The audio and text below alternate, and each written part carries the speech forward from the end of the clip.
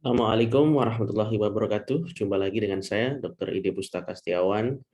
Kali ini kita akan berdiskusi tentang sistem rujukan pelayanan obstetri dan ginekologi. Nah, problem yang pernah ditemui dalam proses rujukan adalah sebagai berikut ya. Ilustrasi yang pertama, ini dari artikel oleh Ibu Dinda Nestelita ya, autornya ya, Pak Antono Suryo Putro dan Bu Wulan Kusumastuti. Ini judulnya proses sistem rujukan dalam pelayanan gawat daruratan obstetri dan neonatal di Puskesmas Sayung 2 Kabupaten Demak. Ini ilustrasinya di sana ternyata ada keterbatasan petugas yang terlatih dan double job ya. Kemudian permasalahan adalah kurangnya pemahaman petugas terhadap SOP, standar operasional prosedur, khususnya tentang rujukan. Kemudian kesalahan komunikasi antara petugas kesehatan dan sistem informasi rujukan antara puskesmas dan rumah sakit yang kurang maksimal sehingga masih susah dalam mencari rumah sakit rujukan. Ilustrasi kedua, ini ada juga artikel terkait pengelolaan rujukan kedaruratan maternal di rumah sakit dengan pelayanan Connect ya. Referral Management of Maternal Emergency in Hospital with Comprehensive Emergency Neonatal Obstetric Care Service. Hasil penelitian ini memberikan gambaran bahwa ada kekurangjelasan pengelolaan rujukan masuk ya terhadap pasien dengan kegawatan obstetrik ginekologi di rumah sakit tempat studi. Kemudian sebanyak 32% responden menyatakan pernah menolak pasien ya. Dan 86% responden menyatakan pernah merujuk kembali pasien dengan kegawatan obstetrik ginekologi ke rumah sakit lain. Berikutnya adanya kurangnya ketersediaan SDM, sarana yang adekuat untuk pengelolaan kegawatan, kemudian serta metode atau prosedur pengelolaan rujukan yang tidak jelas, menyebabkan rumah sakit tidak mampu mengelola kasus rujukan maternal sesuai kapasitasnya sebagai PONEK. Kerjasama dengan jejaring rujukan dan dokter konsultan kebidanan dan kandungan lain yang didukung kebijakan dan prosedur pengelolaan kegawatan saat ini tidak ada dokter dapat dipertimbangkan rumah sakit sebagai solusi. Jadi dari dua ilustrasi kasus ini kita bisa melihat gambaran permasalahan sistem rujukan yang ada di paling enggak saat ini ya, yang ada di saat ini berlaku di Indonesia ya, yang di mana-mana saya kira mungkin sama ya. Kemudian hari ini kita coba akan berdiskusi, saya menggunakan dua ini ya, Permenkes Republik Indonesia nomor 1 tahun 2012 tentang sistem rujukan pelayanan kesehatan perorangan dan buku saku pelayanan kesehatan ibu di fasilitas kesehatan dasar dan rujukan. Oke, kalau kita lihat dari indikasi, rujukan ini dilakukan apabila tenaga dan perlengkapan di suatu fasilitas kesehatan tidak mampu menata laksana komplikasi baik ibu dan atau janin yang mungkin terjadi ya. Nah, kalau kasus obstetri tentu ibu dan janin, kalau kasus ginekologi ya hanya ibu. Jadi setiap tenaga kesehatan tentu kita mengalami keterbatasan ya. Walaupun katakanlah SDM-nya baik, tapi fasilitas kesehatannya dirasa kurang untuk menangani pasien, tentu itu sudah termasuk keterbatasan. Jadi yang namanya keterbatasan itu adalah ya apapun ya. Artinya kalau kita kembalikan, kalau memang mampu mengelola itu artinya mampu itu tidak hanya dari SDM, tapi mampu secara rumah sakit serta fasilitas kesehatan yang lain itu artinya mampu mengelola. Nah, kalau tidak mampu maka diperlukan rujukan ya. Kita harus merujuk pasien-pasien tersebut supaya mendapatkan pelayanan yang terbaik. Nah, sifat rujukan ini ada dua, yaitu yang pertama rujukan kegawat daruratan, yang kedua rujukan berencana ya. Rujukan kegawat daruratan ini rujukan yang dilakukan sesegera mungkin ya, karena berhubungan dengan kondisi kegawat daruratan yang mendesak ya. Nah, kasusnya yang paling banyak adalah kasus obstetri kalau yang ini. Obstetri seringnya kegawatannya membutuhkan penanganan yang sesegera mungkin. Tapi ya ada juga kegawatan tapi tidak apa ya, istilahnya tidak segera ya. Tidak segera itu juga ada di sistem obstetri. Nah, kalau rujukan berencana ini rujukan yang dilakukan dengan persiapan yang lebih panjang ketika keadaan umum ibu masih relatif lebih baik. Nah, ini mayoritas kasus-kasus ginekologi ya. Ini yang sering dilakukan rujukan yang berencana. Nah, jenis rujukan ini ada dua. Yang pertama rujukan vertikal, yang kedua rujukan horizontal. Rujukan vertikal itu adalah rujukan ya dari rumah sakit tipe tipe bawah ya ke rumah sakit tipe atas gitu. Tapi kalau rujukan horizontal ini ke antar rumah sakit ya, antar rumah sakit A dengan rumah sakit B tapi sama tipenya. Apakah itu memungkinkan terjadi? Ya, memungkinkan. Nah, bisa jadi katakanlah pada rumah sakit A itu SDM ada tapi fasilitasnya tidak ada, tapi kemudian di tipe yang sama ada SDM dan ada fasilitas yang bisa menangani satu kasus tertentu. Maka dilakukanlah rujukan horizontal, itu memungkinkan sekali. Oke. Tapi dalam sistem rujukan ini juga mengenal adanya kontraindikasi ya. Jadi tidak bisa semua pasien-pasien yang memang nggak mampu dilakukan penanganan itu semuanya langsung dirujuk. Tapi tentu ada beberapa hal yang dipertimbangkan ya. Salah satunya misalnya satu nih sesuai dengan PMK 1 2012 pasal 11 ya tentang medis, sumber daya dan geografis. Ini mengatakan bahwa kondisi ibu tidak stabil untuk dipindahkan itu tidak bisa dirujuk. Ya.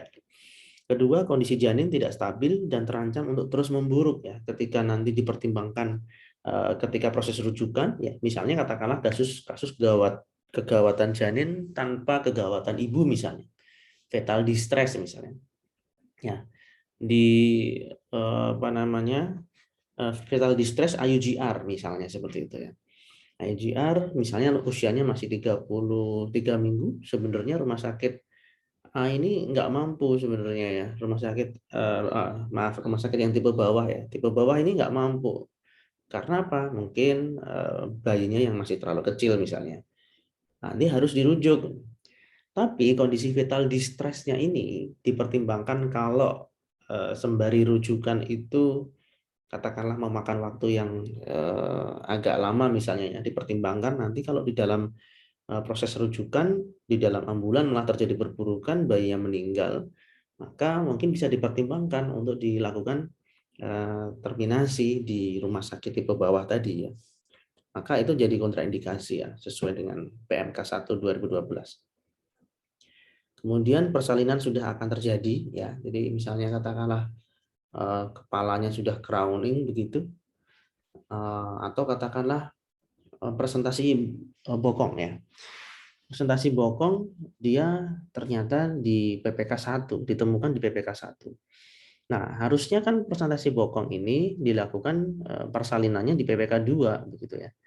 Tapi kalau misalnya di PPK 1 mendapatkan presentasi bokong dan dia kalah 2, ya kalah 2 terus kemudian dua kaki janin misalnya sudah keluar begitu ya. Maka ya harus segera ditolong begitu. Jadi tidak terus harus dirujuk begitu. Ya. Berikutnya adalah tidak ada tenaga kesehatan terampil yang dapat menemani ya kondisi cuaca atau modalitas transportasi yang membahayakan. Nah, ini tentu semuanya ini adalah kontraindikasi untuk rujukan. Perencanaan rujukan ini yang pertama komunikasikan rencana merujuk kepada pasien atau keluarga ya jelas ya. Jadi sebelum merujuk itu keluarga dan pasien itu harus diberitahu dulu ya sesuai dengan pasal 12 ayat 1 ya PMK 1 2012. Nah, proses rujukan ini kadang yang sering salah adalah kita memberitahukannya bukan kepada pasien tapi kepada keluarganya saja. Pasien dianggap sebuah objek yang nggak perlu tahu. Itu salah. Justru malah keduanya nih yang harus diberikan penjelasan. Khususnya malah pasien. Karena yang akan mengalami proses rujukan ya pasien, gitu ya. Nah, tenaga kesehatan ini perlu memberikan kesempatan untuk menjawab pertimbangan dan pertanyaan pasien dan keluarga. Mereka kan nanti akan memilih ya, katakanlah Oke, saya setuju untuk dirujuk atau saya menolak untuk dirujuk misalnya. Tapi dengan catatan menolak itu juga sudah mendapatkan penjelasan yang sudah lengkap dari tenaga kesehatan, ya. Gitu ya. Apa saja yang perlu disampaikan untuk proses rujukan? Pasal 12 ayat 2 itu menjelaskan sekurang-kurangnya paling enggak ini ya, diagnosis dan terapi dan atau tindakan medis yang diperlukan di rumah sakit rujukan ya. Kemudian alasan dan tujuan dilakukan rujukan. Kemudian risiko yang dapat timbul apabila rujukan tidak dilakukan.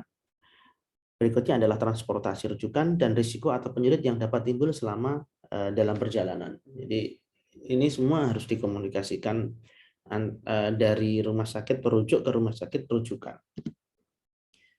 Apa saja yang perlu disampaikan? Ada beberapa nih ya, diagnosis dan tindakan medis yang diperlukan, kemudian alasan untuk merujuk ibu, risiko yang dapat ditimbul bila rujukan tidak dilakukan, risiko yang dapat timbul selama rujukan dilakukan, waktu yang tepat untuk merujuk dan durasi yang dibutuhkan untuk merujuk, tujuan rujukan, modalitas dan cara transportasi yang digunakan, nama tenaga kesehatan yang akan menemani ibu, jam operasional dan nomor telepon rumah sakit pusat layanan kesehatan yang dituju, perkiraan lamanya waktu perawatan, perkiraan biaya dan sistem pembiayaan, yang termasuk dokumen kelengkapan untuk jam persal, jam kesmas, atau asuransi kesehatan ya.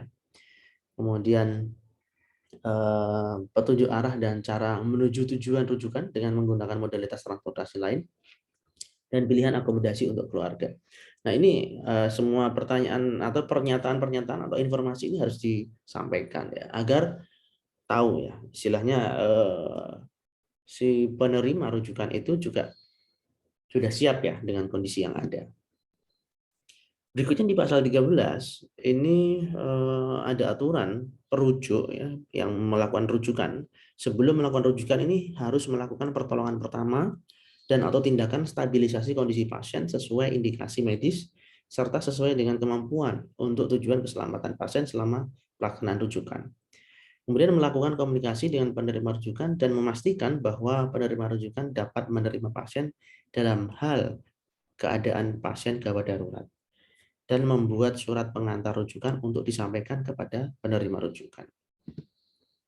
Pastikan ibu yang dirujuk telah mengenakan gelang identifikasi.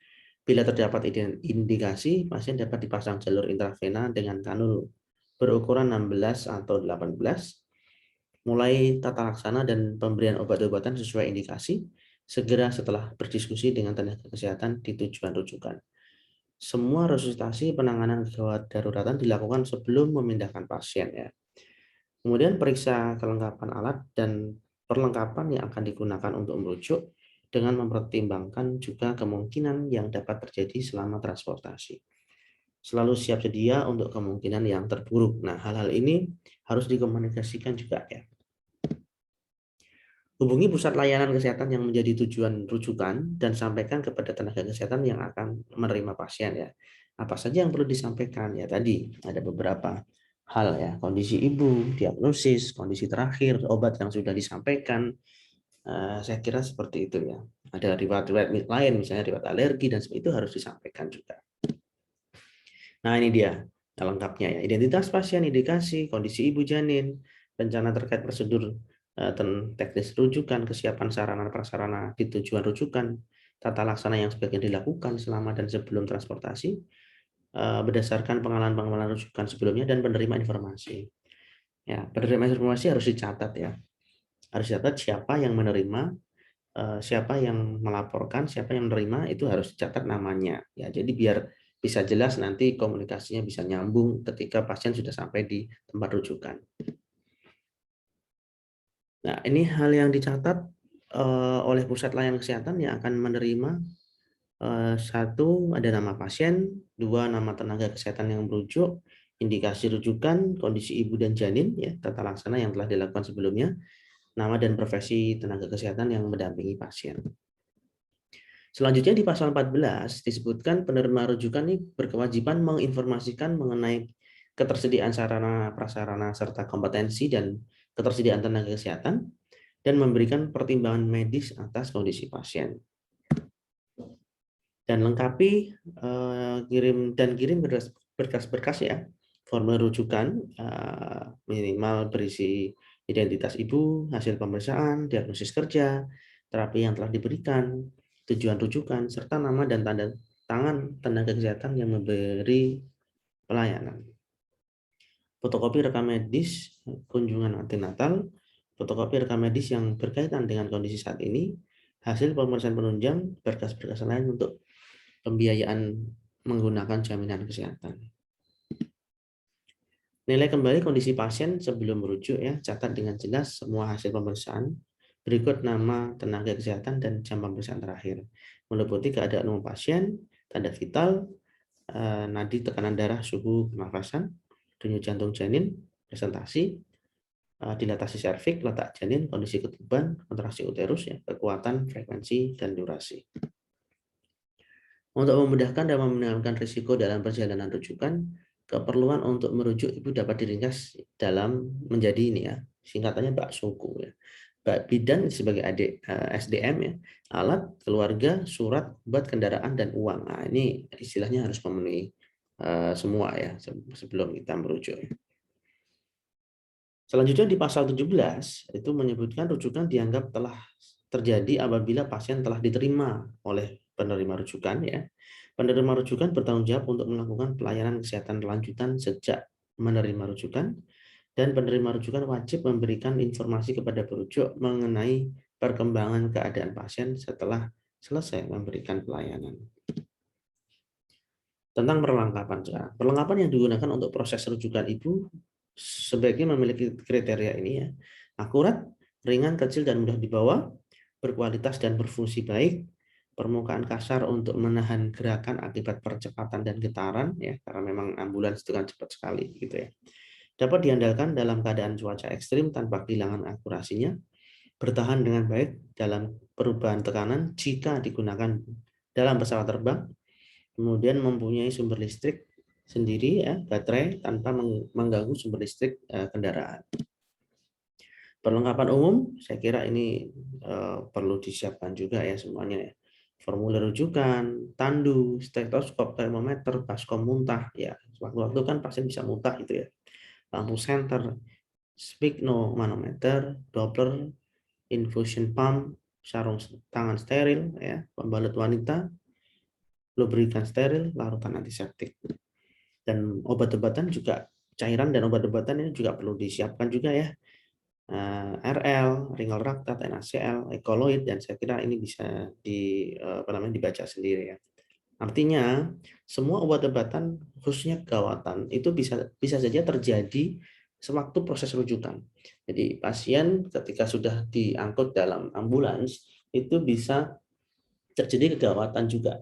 Maka obat-obatan ini harus siap dan tenaga yang merujuk juga harus siap bila ada kegawatan terjadi di ambulans ya sewaktu transportasi. Ini perlengkapan persalinan steril ya, bisa jadi kalau kita merujuk obstetri gitu ya, di dalam rujukannya itu bisa terjadi tiba-tiba terjadi persalinan, itu juga bisa. Maka hal itu harus diantisipasi sebelumnya ya. Perlengkapan resusitasi bayi juga harus disiapkan karena memang bisa terjadi persalinan di dalam pada saat proses transportasi ya. Maka hal-hal ini juga harus disiapkan semua. Nah, terjadi perburukan kepada pasien juga bisa ya, pasien yang dewasa ya, misalnya ibu, maka perlu dilakukan resusitasi dewasa misalnya, perlu disiapkan tabung oksigen, sungkup oksigen, RW ya, karioskop dan blade untuk dewasa, pipa endotracheal suction, dan kateter ukuran 14 fr. Kalau untuk posisinya seperti ini ya, ini untuk yang khusus untuk rujukan yang emergensi tadi ya, kegawat daruratan ya. Ini ada penumpang, pengemudi, tempat tidur pasien ya, tenaga kesehatan dan penumpang di sini. Kemudian artinya penunggu ya, penumpang penunggu ya, meja dan lemari perlengkapan tenaga kesehatan, lemari obat ya. Idealnya seperti ini ya. Oke, jadi itu yang bisa saya sampaikan terkait dengan rujukan, dan saya kira ini rujukan ini bisa diaplikasikan khususnya untuk kasus-kasus obstetri dan ginekologi ya. dan bisa untuk secara umum prinsip rujukan di kasus-kasus yang lain. Sekian, wassalamualaikum warahmatullahi wabarakatuh.